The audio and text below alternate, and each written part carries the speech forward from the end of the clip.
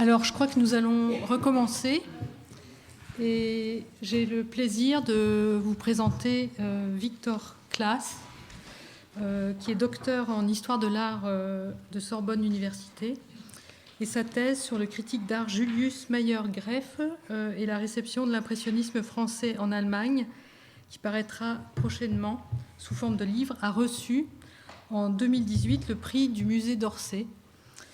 Il a été chercheur au Centre allemand d'histoire de l'art de Paris de 2012 à 2018 et a enseigné l'histoire de l'art contemporain à Sorbonne Université, à l'Université de Bâle et à l'Université Paris Sciences et Lettres, ainsi qu'à l'École du Louvre. Actuellement chercheur post-doctorant au Centre Dominique Vivant de Nons du Musée de Louvre, ses travaux portent sur l'histoire des récits artistiques, l'histoire des musées et des expositions.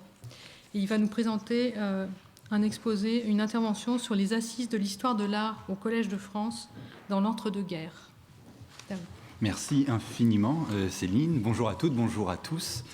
Mes tout premiers mots, mais en fait non, c'est plus mes premiers mots, mais c'était ce qui était écrit. Mes tout premiers mots de remerciement s'adressent à Jessica Desclos pour avoir pensé et conçu cette journée d'études avec le sérieux, la rigueur et la gentillesse aussi qui la caractérise. Et je suis très heureux de l'avoir pour collègue au centre de Nons du musée du Louvre où nous poursuivons actuellement nos recherches respectives.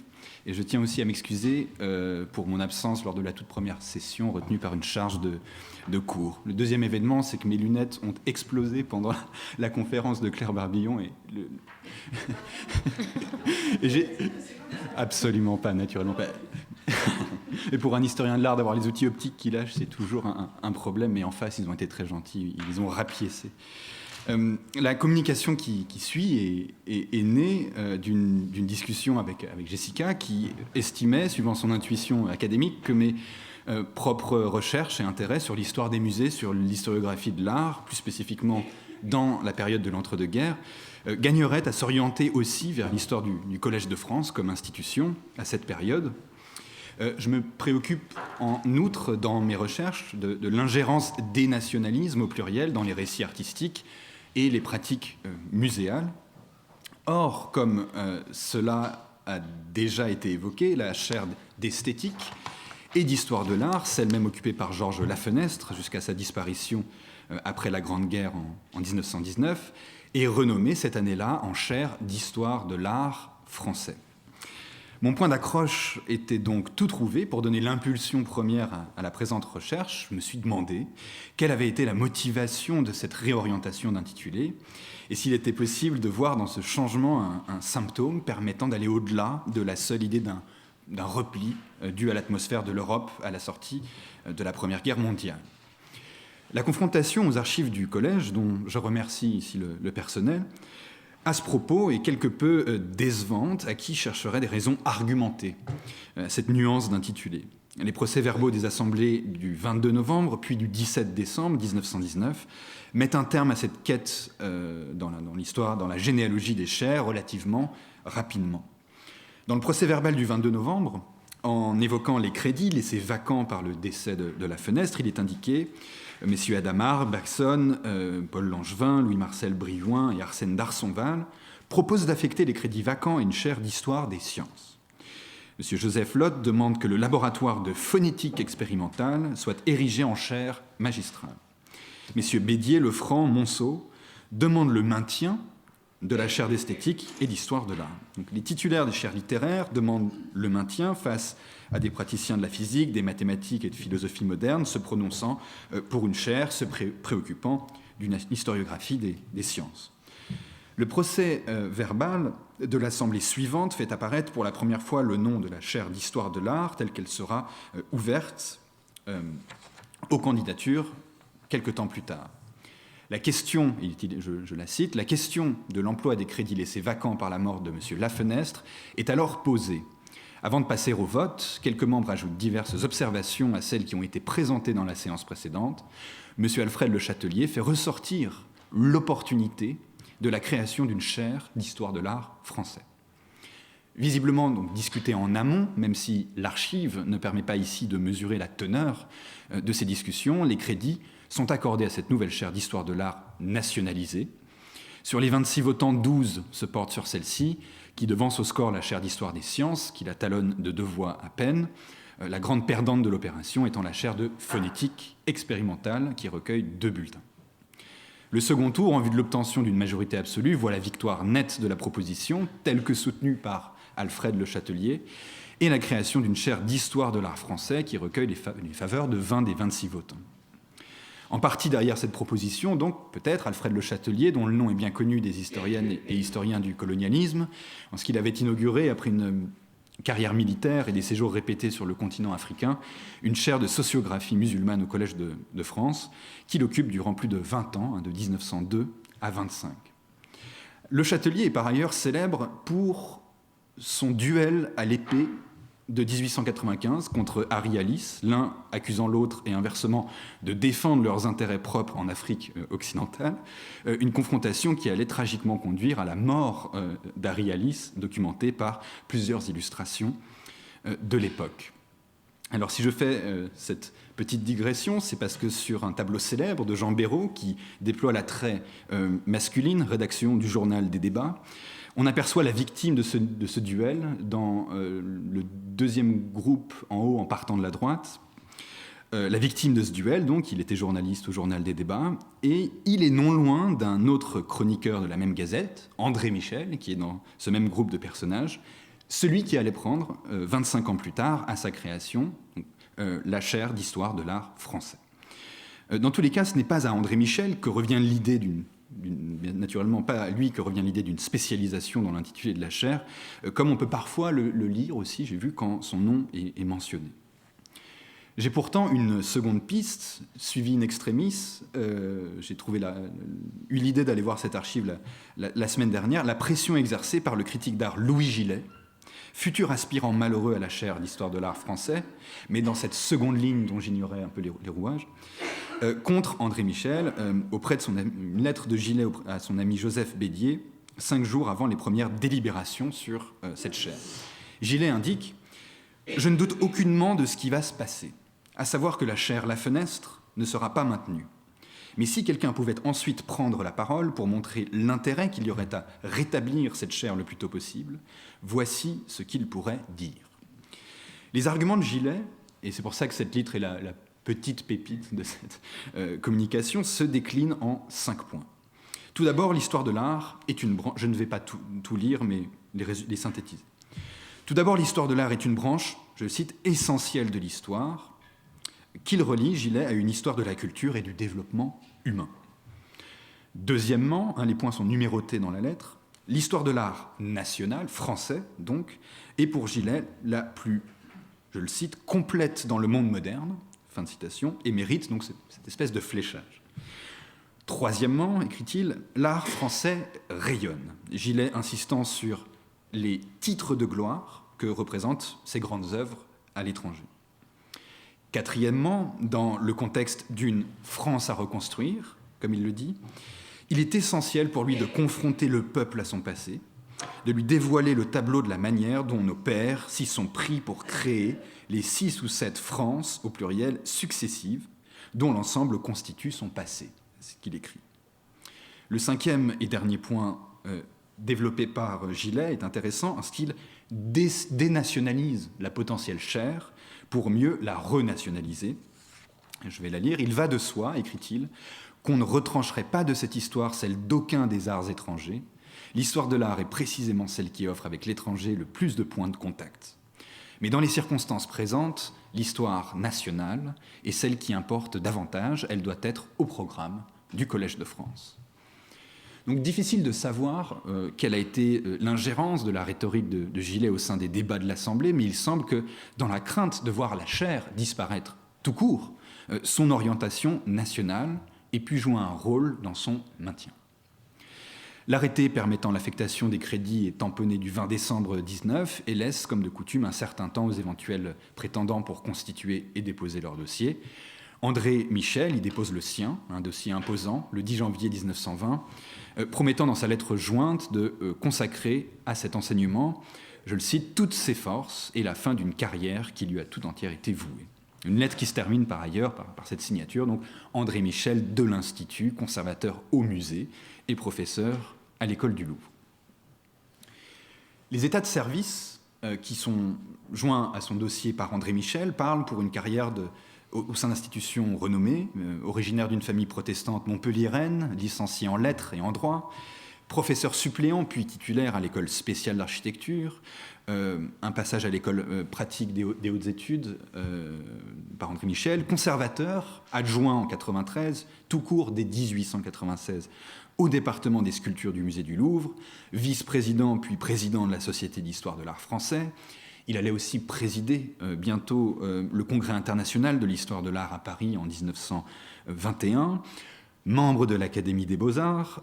André Michel n'est pas seulement un conférencier d'expérience, un voyageur régulier, mais aussi un critique d'art productif, au Journal des débats, donc, sous son versant le plus journalistique, à la Revue de l'art ancien et moderne et à la Gazette, sous son aspect plus technique.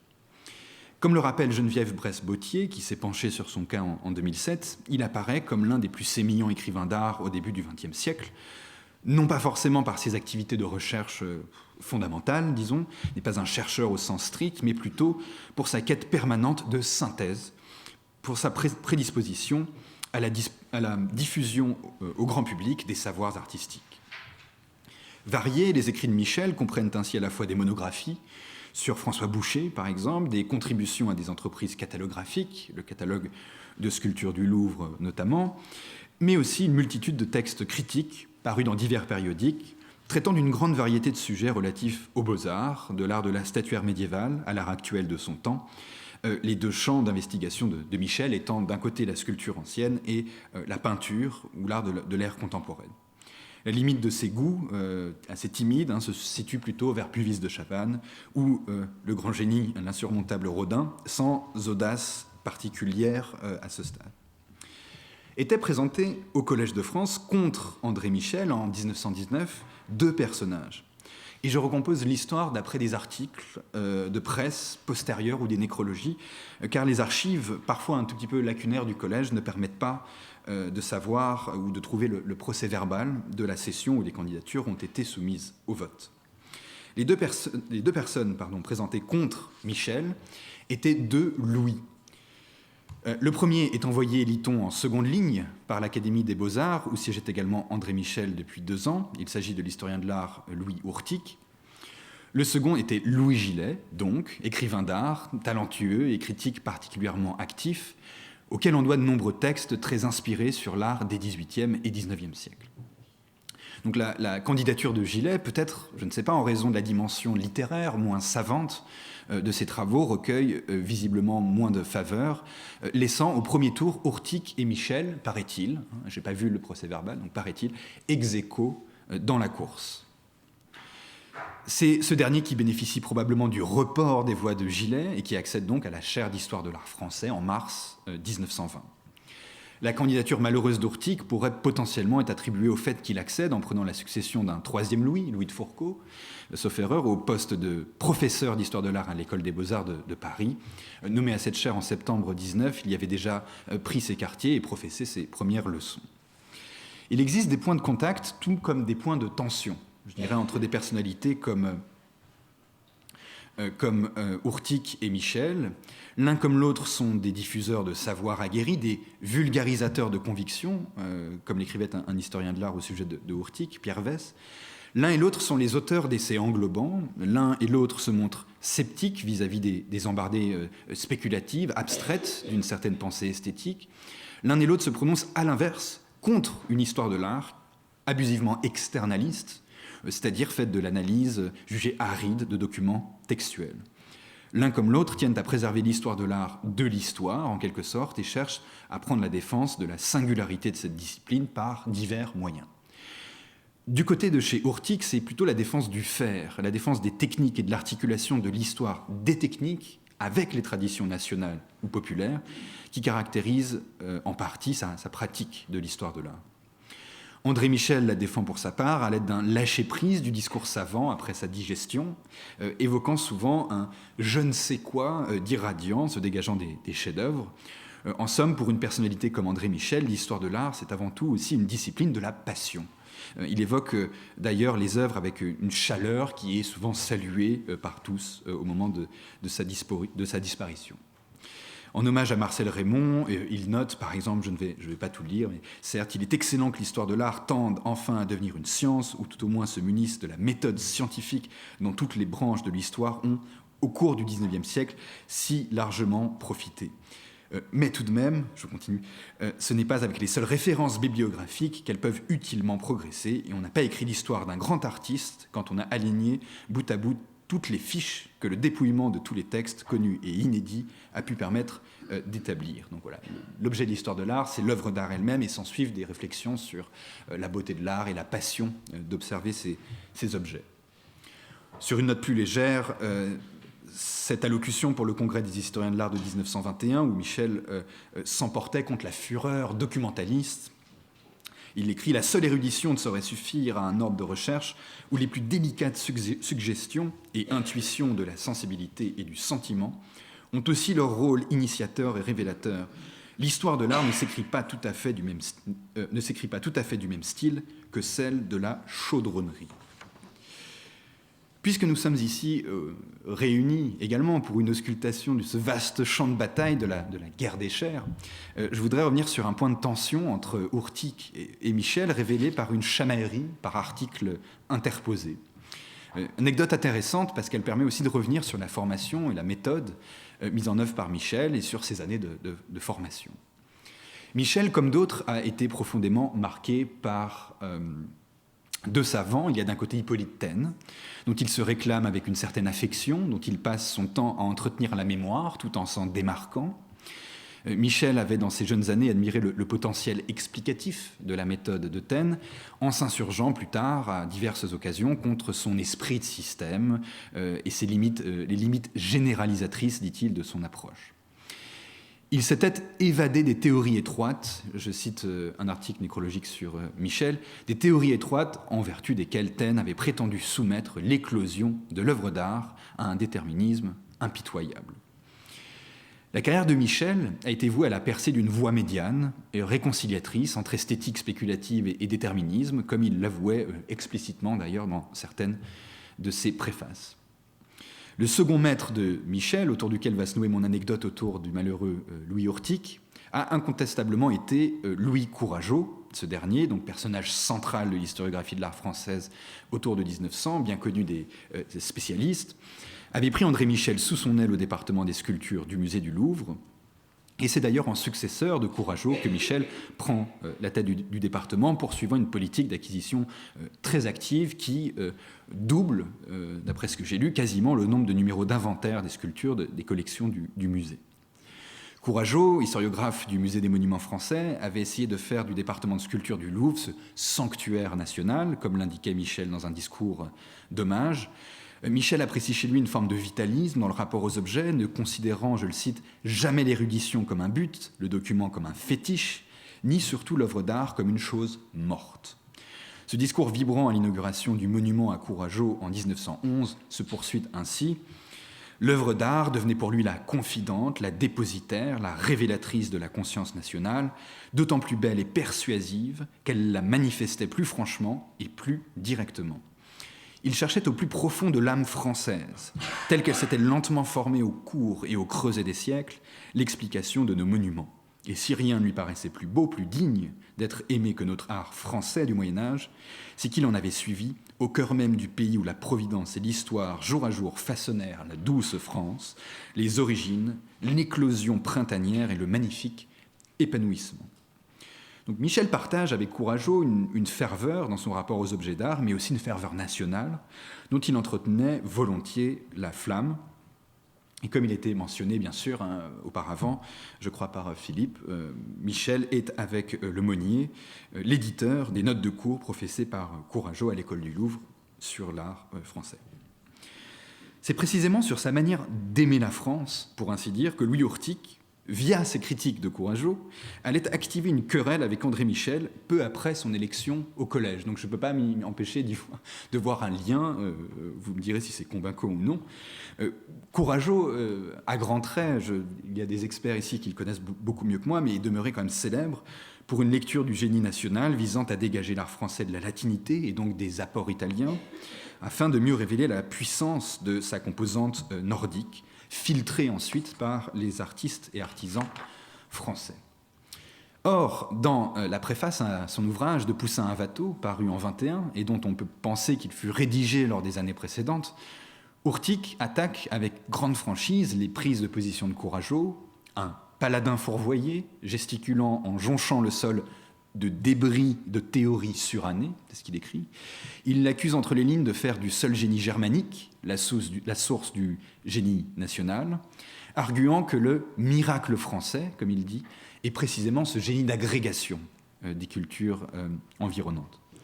Courajod est pour lui un apôtre et non un historien, et lui reproche d'avoir, je le cite, trop souvent représenté les successions de styles comme des batailles d'extermination, sinon d'avoir jeté dans l'histoire de l'art l'anxiété tragique des guerres de race. On a donc un André Michel qui est extrêmement vexé par ses propos et qui se sent attaqué, en fait, via son maître. Et il consacre une longue chronique assez passive-agressive à l'endroit d'Urtic dans le journal des débats, où il cherche à défendre Courajod par divers moyens, c'est-à-dire à le sauver en réalité, parce qu'il sait très bien que Courajod avait ses excès, et il passe son temps à essayer de le replacer dans le contexte de son temps, à tempérer ses prises de position sur l'influence classique venue d'Italie, en le mettant sur le dos justement de cette passion vibrante qui l'animait, non dénuée d'excès. Quoi qu'il advienne de sa doctrine, écrit-il au sujet de son mentor, il a bien fait de proclamer que les savants ne font pas les peuples ni les artistes, mais que les peuples seuls font les arts nationaux, vivants et féconds. Donc pour en revenir au Collège de France, ce n'est donc pas la question de savoir s'il faut penser la catégorie art national ou non, qui est en jeu lors de la création de la chaire d'histoire de l'art français en 1919. L'art français est à ce moment une catégorie qui est évidente et qui est opérante aux yeux de tous. L'enjeu, c'est de savoir comment on s'y prend pour délimiter, définir et circonscrire la chose, pour définir un art national. Dans sa leçon inaugurale du Collège de France, André Michel revient d'ailleurs lui-même sur cet intitulé, et j'aurais après tout pu commencer par là. Je le cite, « En consacrant à la seule histoire de l'art français, cette chaire jusqu'alors vouée à l'esthétique et à l'histoire générale de l'art universel, l'administrateur et l'assemblée des professeurs du collège ont voulu, je pense, au lendemain de la guerre, la plus formidable qui ait jamais mise en péril notre patrimoine artistique et moral, et remué jusqu'en ses plus intimes profondeurs la conscience nationale, créer ici un foyer d'études où pourrait s'alimenter, se fortifier, rayonner la connaissance toujours plus approfondie, plus raisonnée et fervente des monuments dépositaires du génie et du goût français, virgule, témoin de la participation 10 fois séculaire de notre patrie et de son propre rôle dans le grand œuvre de la civilisation humaine, etc. Et nous en sommes des fils reconnaissants.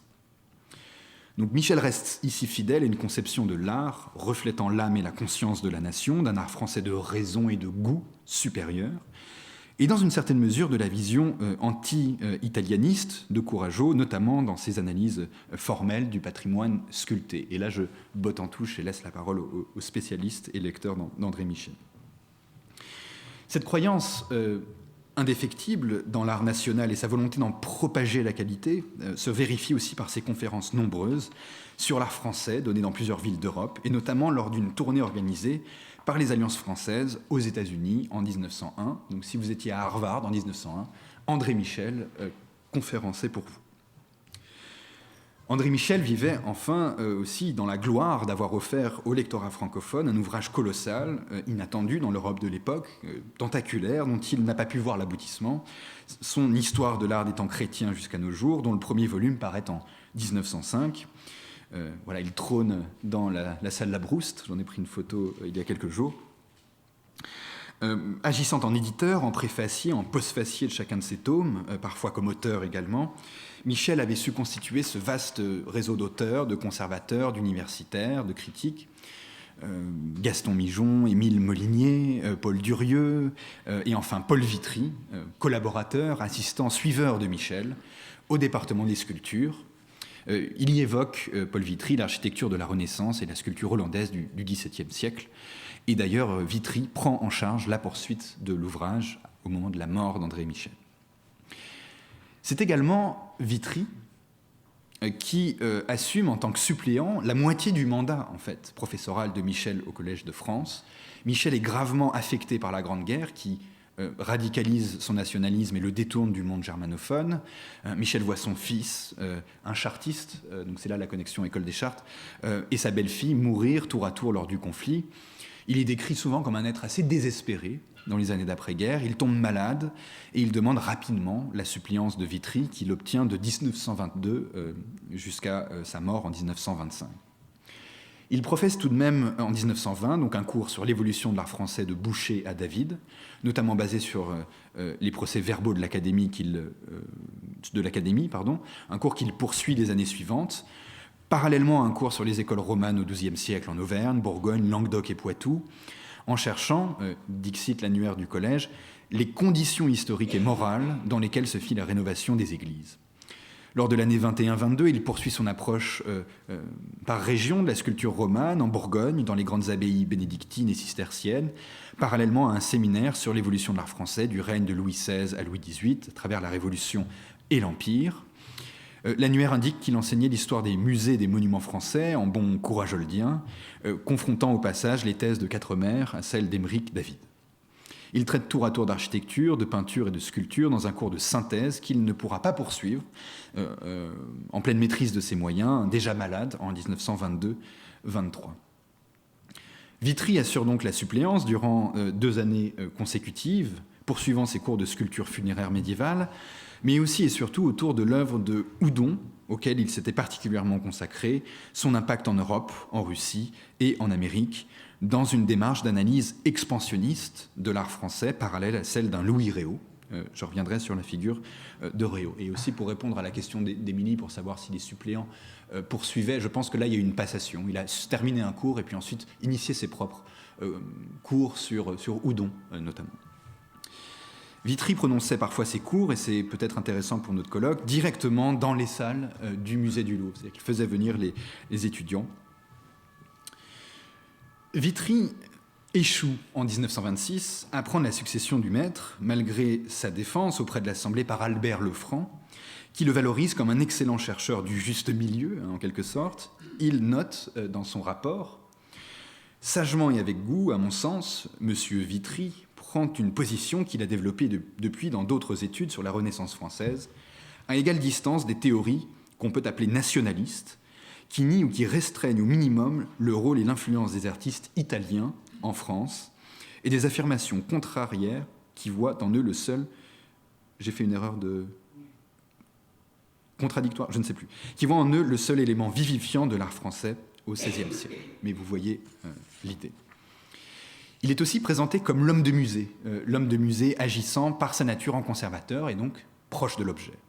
Une méthode directe, est-il écrit, s'attaquant aux œuvres elles-mêmes pour en tirer toute la substance, et bien celle qui convient à un homme de musée. Vitry a une trop longue expérience de son métier de conservateur pour pouvoir en revendiquer un autre.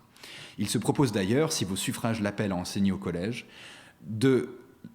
je fais encore des erreurs, placez-vous, non seulement par l'image, mais aussi en présence des œuvres mêmes dont il aura à parler. Le musée doit être pour lui et ses élèves un laboratoire dans lequel s'accomplit le travail le plus fécond. Contre Vitry, qui échoue, donc présenté en deuxième ligne par l'Académie des inscriptions et des belles-lettres, la candidature de Charles Lalo, évoqué tout à l'heure, philosophe spécialisé en esthétique, qui est défendu, Charles Lalo, par le rapporteur de son dossier comme un praticien de surplomb de la science de l'art, attentif à la psychologie des arts. Il s'agit dans ce rapport d'un plaidoyer pour l'esthétique, capable de faire collaborer diverses cultures scientifiques, mais aussi certaines cultures artistiques. Le rapport se poursuit. Pourquoi les mots « histoire de l'art » ou « critique d'art » s'appliquent-ils seulement aux seuls arts plastiques ? La question est posée. Plus loin, une phrase que je ne comprends toujours pas exactement et qui a été citée par Émilie. L'esthétique n'est pas une œuvre d'art sur l'art, mais une œuvre de science sur l'art. Bon. Loin de moi l'idée de voir à travers tout le filtre tout à travers le filtre des nationalismes, mais la rhétorique que développe Pierre Janet dans son rapport entend inciter la France à se démarquer de l'Allemagne et à ne pas lui laisser le primat de la réflexion sur l'esthétique, et je pense que ça c'est un peu aussi une constante depuis les années 1880. Il note ainsi, dans sa défense de Lalo, « Beaucoup sont surpris et déçus de trouver en France tant d'art et si peu de théories sérieuses sur l'art. Ils regrettent d'avoir à demander trop souvent ce supplément de culture aux civilisations germaniques ou anglo-saxonnes. » Le procès-verbal traitant de la chaire ici convoitée, que l'Assemblée avait réinstituée comme chaire d'esthétique et d'histoire de l'art, en janvier 26, indique que plusieurs dénominations avaient été proposées, je crois que ça a été aussi mentionné, histoire de l'art tout court, esthétique et histoire de l'art, et art chrétien d'Orient.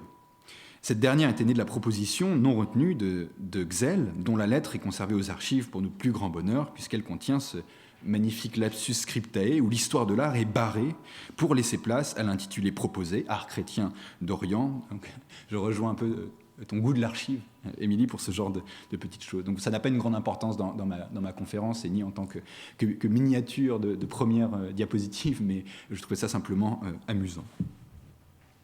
Donc je vais dire la chose comme on enlève un sparadrap. Je m'excuse auprès des byzantinistes s'ils sont venus ici en foule, mais je n'ai ni les compétences ni le temps d'évoquer le travail et la carrière de Gabriel Millet, qui pour le coup n'est pas lié au Louvre, donc je peux m'échapper aussi par là, en ce qu'il ne rentre pas directement dans le thème de la journée d'études, qui prend donc cette chaire d'esthétique et d'histoire de l'art du Collège de France en 26 pour plus de 10 ans. Ses travaux fondateurs pour son champ disciplinaire, son fond photographique et documentaire de l'école pratique des hautes études, ses années d'enseignement et de publication font de lui une figure repère, il me semble, pour les études byzantines. Et je vous renvoie ici aux travaux de Gilbert Dagron, de Johanna Rapti et de mon ancienne collègue du centre allemand, Judith Soria, que je suis heureux de citer ici, sur l'historiographie de ce domaine, notamment sa notice du dictionnaire des historiens de l'art, coécrite avec Jean-Michel Spitzer. On peut, je m'approche de la fin, j'ai terminé, terminer sur l'autre moment important de l'entre-deux-guerres pour la chaire, qui est l'élection en février 1938, qui voit Henri Faucillon donc occuper la chaire d'esthétique et d'histoire de l'art, puis ensuite déchu de son poste sous Vichy en 1942.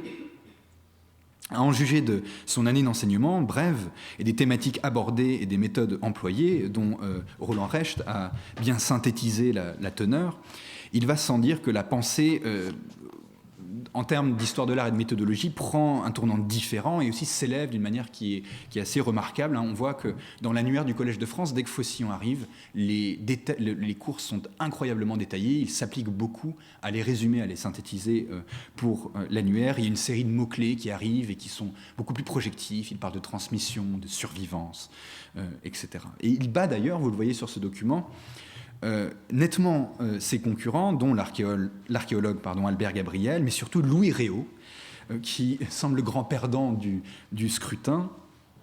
Je termine vraiment dans une minute après avoir mentionné Louis Réau, que je connais un petit peu, puisqu'on lui avait consacré une journée d'études avec Marlène Schneider, qu'on avait décidé d'intituler « Que faire ?» de Louis Réau, cet héritage curieux. Un personnage donc qui aurait marqué en fait le retour à une chaire franchement nationalisée, très franchement nationalisée. Il avait consacré une grande partie de sa carrière à illustrer la domination de l'art français à travers une série de publications conceptuellement pauvres, archivistiquement bavardes. Roland Recht parle de compilateur productif. Il y a exactement quelque chose de cet ordre, c'est qu'il compile des savoirs, mais finalement il y a peu de concepts. Et sa grande théorie se résume en un titre d'ouvrage, l'expansion de l'art français, cette idée que par son génie d'agrégation, par sa force d'absorption, la France avait condensé et assimilé le meilleur des cultures artistiques voisines pour les irriguer en retour. Cette figure de la semeuse de la semeuse de rôti qui est sur son ouvrage. Donc l'auteur traquant chaque signe de présence française sur les 5 continents. C'est un ouvrage gigantesque de listes et de faits. Le recrutement de Réau aurait suivi son projet de Réau de faire de l'étude de l'art français une discipline indépendante à part entière. C'était son grand projet, c'était d'instaurer l'histoire de l'art français comme discipline autonome.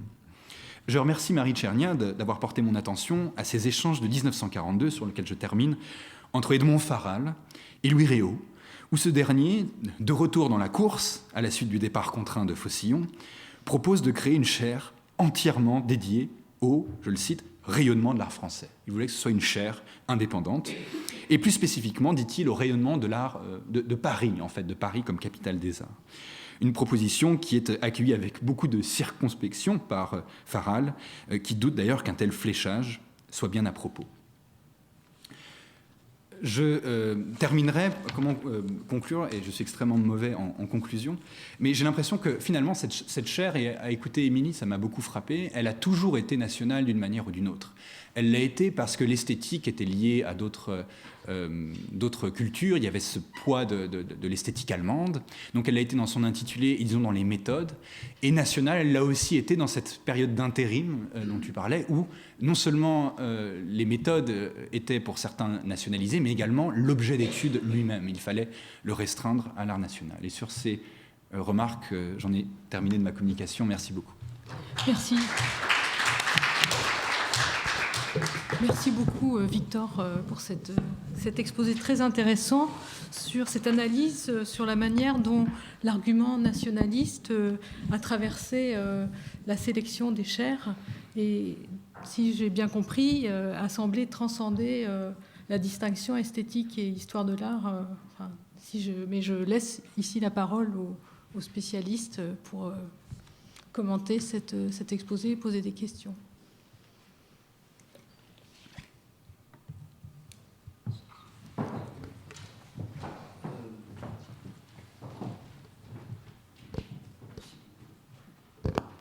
Je vous remercie pour cet exposé tout à fait intéressant. Je voudrais simplement insister sur un point. La question des crédits de chaire à affecter, ça c'est vraiment quelque chose de très important qu'on ne comprend pas très bien parce que c'est une pratique qui qui n'était en pratique que au Collège de France, même si d'autres institutions l'ont adopté. Alors, le crédit de chaire, c'est lorsqu'une chaire se libère, quel que soit son intitulé. Et lorsqu'elle s'est libérée, cette chaire, ce crédit va se reporter sur un intitulé qu'il faut inventer. Donc, l'Assemblée des professeurs peut écouter plusieurs propositions. Et si vous dites, par exemple, je sais pas, Faucillon a été élu contre Réau, bon, d'une certaine manière, c'est juste. Néanmoins, ça veut dire que Réau a été proposé à un moment donné, je dirais exactement au même titre que Faucillon, où on aurait pu proposer quelqu'un d'autre d'une toute autre discipline. Bon, moi, j'ai été personnellement élu sur les crédits de chaire de Paul Veyne, Histoire de Rome.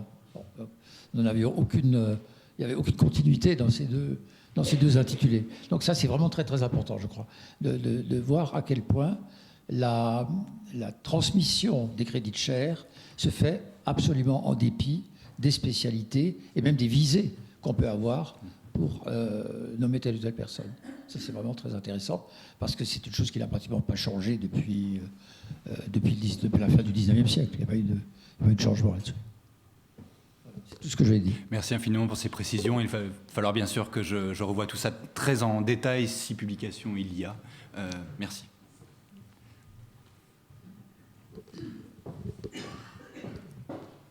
Est-ce qu'il y a d'autres questions? Oui, monsieur.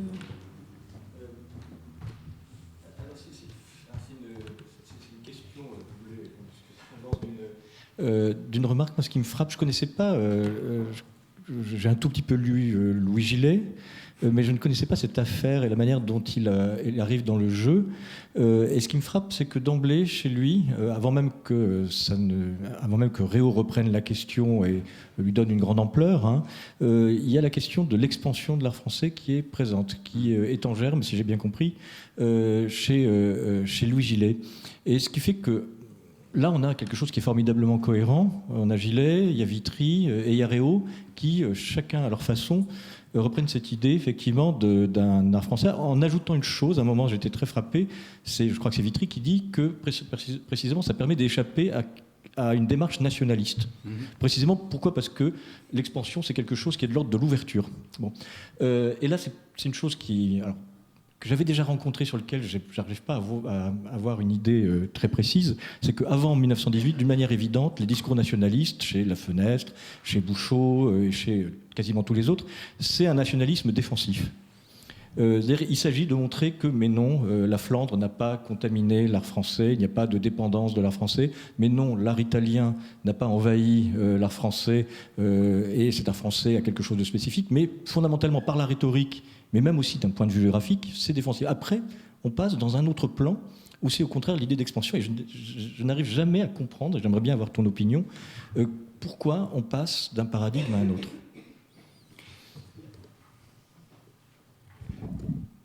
Alors, deux points. Sur les nations, c'est pour ça que je parlais directement de nationalisme au pluriel, pour vraiment englober toutes ces subtilités et familles, parce qu'il y a 1000 façons d'être nationaliste en faisant de l'histoire de l'art au début du XXe siècle. Et c'est aussi la raison pour laquelle je pense que une des idées que j'avais mentionnées dans ma première partie, c'est de dire que finalement, le problème de la catégorie d'art national ne se pose même pas, c'est comment on s'y prend pour faire l'histoire de cet art national. Donc en cela, je pense que je suis d'accord avec l'intuition que tu viens de développer. La seconde, sur l'histoire de l'expansion, et ce paradigme de l'expansion, on le retrouve très souvent, le mot rayonnement, le mot expansion, qui est complètement parallèle à l'expansion coloniale. Enfin, c'est toute une idée de la Grande France, etc., dans ces années-là. Il donne au travail d'un personnage comme Réau toute sa dimension paradoxale. Et c'est exactement l'objet de cette journée d'études. Que faire de Louis Réau ? De dire que finalement, quand on étudie les transferts culturels franco-allemands, je prends un exemple au hasard, aujourd'hui, et qu'on cherche justement à montrer que les frontières sont poreuses, que les identités se croisent, eh bien, on va lire Réau, et Réau a pré-mâché le travail, en fait. Et ça qui est intéressant avec Réau, c'est que c'est d'un nationalisme inflexible, et d'un postulat qui fausse le débat, puisqu'il y a supériorité naturelle de l'art français sur les autres arts. Et en même temps, il offre les outils de la déconstruction de ce paradigme en étudiant les voyages d'artistes, les mobilités artistiques. Et voilà, je pense que le nœud est là. Juste rappeler un phénomène qui, moi, me semble jouer quand même un grand rôle, c'est simplement le fait que la France avait gagné la Première Guerre mondiale. Oui. Et que la position avait radicalement changé d'un pays qui avait perdu la guerre de 70 et qui était en position défensive face à une Allemagne, etc. La France qui a payé très cher sa victoire de 1918 est dans une logique, il faut on va faire payer l'Allemagne. C'est la même logique historique avec les conséquences dramatiques que ça a eu au traité de Versailles, etc. Mais je pense que ça joue un rôle considérable sur cette volonté d'affirmer un rayonnement de la France, puisque c'est elle qui, finalement, l'a emporté. Je pense qu'on peut faire... je suis entièrement d'accord, et j'ai précisé directement que ce qui m'avait intéressé ici, c'est de voir l'intitulé de cette chaire au-delà de la seule atmosphère de post-guerre. Je vous laissais d'aller voir ailleurs. Je pense par ailleurs, et j'essaie de travailler là-dessus en ce moment, que cette idée de la radiation de la France a une généalogie plus longue encore. Oui. Et elle se retrouve déjà au XIXe siècle. Réau cite des auteurs qui travaillaient déjà sur les questions des voyages d'artistes français dans l'étranger et la propagation du génie français au XIXe siècle. Moi, j'aimerais rajouter un mot.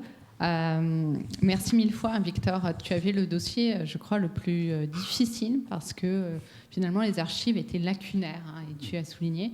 Et en fait, sous des dehors, des fois, pour dire juste 2-3 mots, ça demande énormément de recherche pour trouver ceux qui ont gagné face à Michel. Ça ne se trouve pas en 5 minutes en ouvrant une pochette des archives de l'école du Louvre.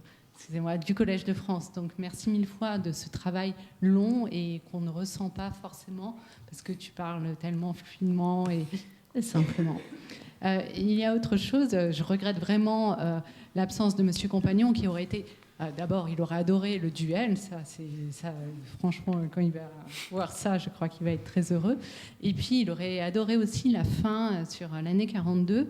La lettre, apparemment, que Marie t'a fournie est vraiment passionnante, parce que je sais qu'il aime beaucoup cette période du Collège de France. Je ne sais pas s'il écrira un livre dessus, mais à un moment, il en était question.